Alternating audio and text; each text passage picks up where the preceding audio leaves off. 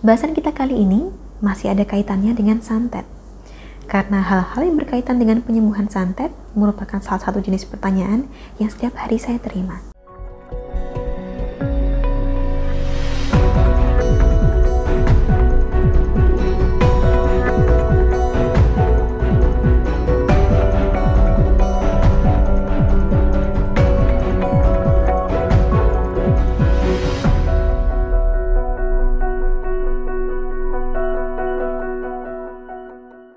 Salam Rahayu, dengan Dewi Sundari di sini. Apa kabar Anda? Saya doakan semoga selalu sehat dan senantiasa diberikan kemudahan serta kelancaran dimanapun Anda berada. Bahasan kita kali ini masih ada kaitannya dengan santet.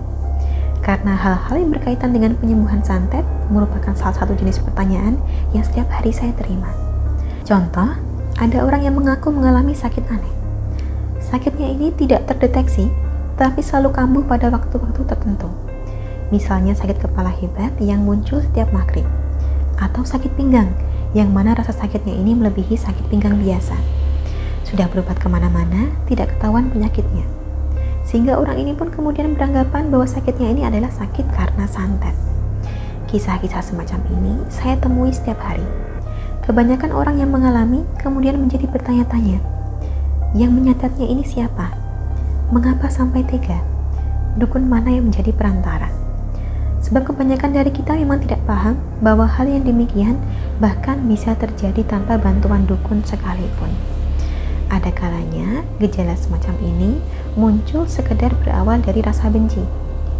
Katakanlah Anda berselisih paham dengan seseorang. Kemudian orang ini merasakan benci yang memuncak. Sehingga tanpa disadarinya, kebencian dan pikiran buruk tersebut membentuk energi negatif yang mengerucut pada diri Anda. Bila suatu ketika jiwa kita sedang melemah, bukan tidak mungkin sukma kita akan terpengaruh dan membentuk sakit di dalam badan. Awalnya sepele saja, misalnya berupa rasa ngilu, demam, atau pusing. Tetapi diobati tidak sembuh, dan lama-kelamaan sakitnya semakin parah. Dalam situasi ini, maka tidak ada dukun yang terlibat, sehingga sebenarnya kurang tepat disebut sebagai santet, sebab ciri santet adalah adanya perantara berupa benda mati. Sedangkan dalam kasus ini tidak ada perantara sama sekali. Tetapi karena memang gejalanya mirip penyalahgunaan ilmu hitam, maka dalam kasus-kasus yang demikian pun seringnya tetap disebut sebagai santet. Bisa dibilang, inilah santet yang bekerja tanpa disengaja, kena tanpa dinyana. Sebab rasa benci antara dua orang itu ibaratnya perang sukma. Tanpa dibakarkan kemenyan pun, mungkin saja tetap menjadikan sakit pada raga. Secara tradisional dikatakan bahwa obatnya sakit yang semacam ini adalah silaturahmi.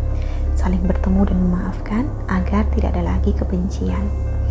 Lalu bagaimana jika silaturahmi tidak lagi memungkinkan? Misalnya karena sudah tidak ada lagi kontak atau karena sebab-sebab lain. Jika situasinya semacam ini, maka sebaiknya Anda diruat.